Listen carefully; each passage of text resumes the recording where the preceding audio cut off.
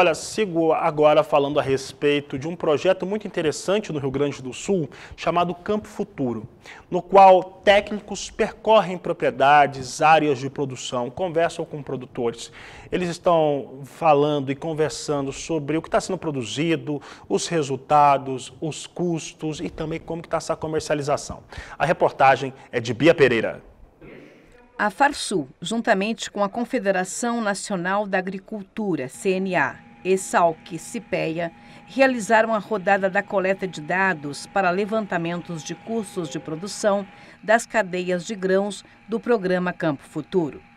Os painéis aconteceram em Carazinho, Cruz Alta, Tupanciretã, Uruguaiana, Bagé, Camaquã e mais 4 estados da federação, para as culturas de soja, milho, trigo e arroz, e contaram com a participação de produtores rurais e representantes de sindicatos. O painel Campo Futuro é uma oportunidade muito importante para o produtor rural verificar a saúde financeira do seu negócio, saber se a sua atividade, seus cultivos estão tendo rentabilidade positiva ou está dando prejuízo, e através da metodologia científica que os pesquisadores do painel proporcionam para o produtor, ele consegue ter esse tipo de informação, fazer comparativos se a sua lavoura foi mais cara ou mais barata que a de outros produtores, de forma a projetar um ano agrícola mais interessante financeiramente.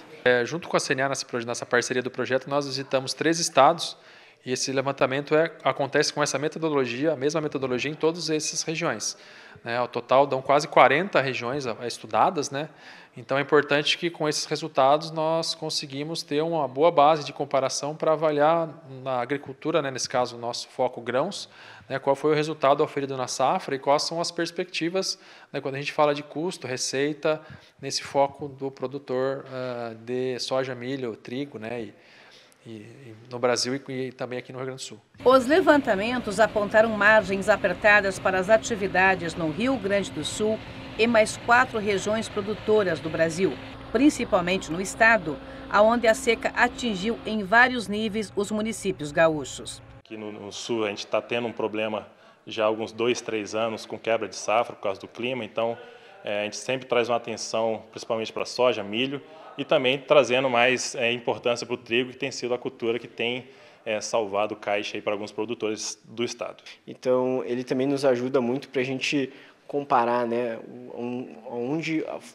os lugares onde pegou muito estiagem, comparar com o cenário de quem estivesse irrigando e mostrar essa diferença e importância que tem a irrigação para o estado do Rio Grande do Sul. A preocupação quando se fala de um período mais longo, né, com 1 ou 2 ou 3 safras com quebra de produção, está relacionado ao fluxo de caixa da propriedade.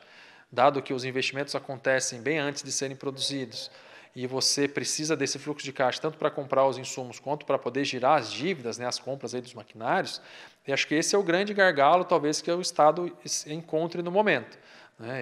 Ter o fluxo de caixa suficiente para comprar os insumos para a próxima safra e também para que consiga pagar as suas dívidas, né, e conseguir produzindo. A produtividade média da soja variou de 18 sacas por hectare em Bagé até 35 sacas em Camaquã e Carazinho. De forma geral, a expectativa de colheita era de mais de 60 sacas por hectare. Em relação ao arroz, a produtividade esperada de 180 sacas por hectare não foi atingida em Uruguaiana, que colheu 160 sacas. Por outro lado, os insumos pesaram nos custos de produção, principalmente para os fertilizantes e herbicidas, o que alterou o fluxo de caixas das propriedades.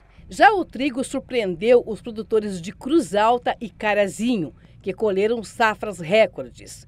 Os dados levantados pelo programa Campo Futuro servem como parâmetros para os produtores rurais avaliarem seus futuros investimentos. O produtor gaúcho é muito resiliente e é um empreendedor rural que tem que ser estudado justamente por essa resiliência, por passar por 2, 3 safras de quebra de produção e ainda está investindo na atividade e trazendo resultados para o estado. Os produtores que quiserem ter esses dados, né, dos painéis, eles podem consultar o Farsul Big Data, lá vão ter todos esses dados de painéis. Produtores que, por exemplo, não são de Cruz Alta e de nenhuma das outras praças, né, que a gente faz painel, eles podem consultar lá. Além disso, os produtores que vieram aqui no painel, eles vão receber todos esses dados de volta, junto com relatórios. E, além disso, quem quiser, né, pode ter acesso a esses dados, essas planilhas, é só pedir para a gente na assessoria econômica e, através delas, ele tem um balizador e ver mais ou menos, comparar os seus números com os auferidos nos painéis, né? Então, isso é bem importante. E para quem, por exemplo, está começando a levantar números da sua propriedade, então ele pode usar esses modelos como mais ou menos um benchmark, né, para ele fazer o seu próprio levantamento de custo.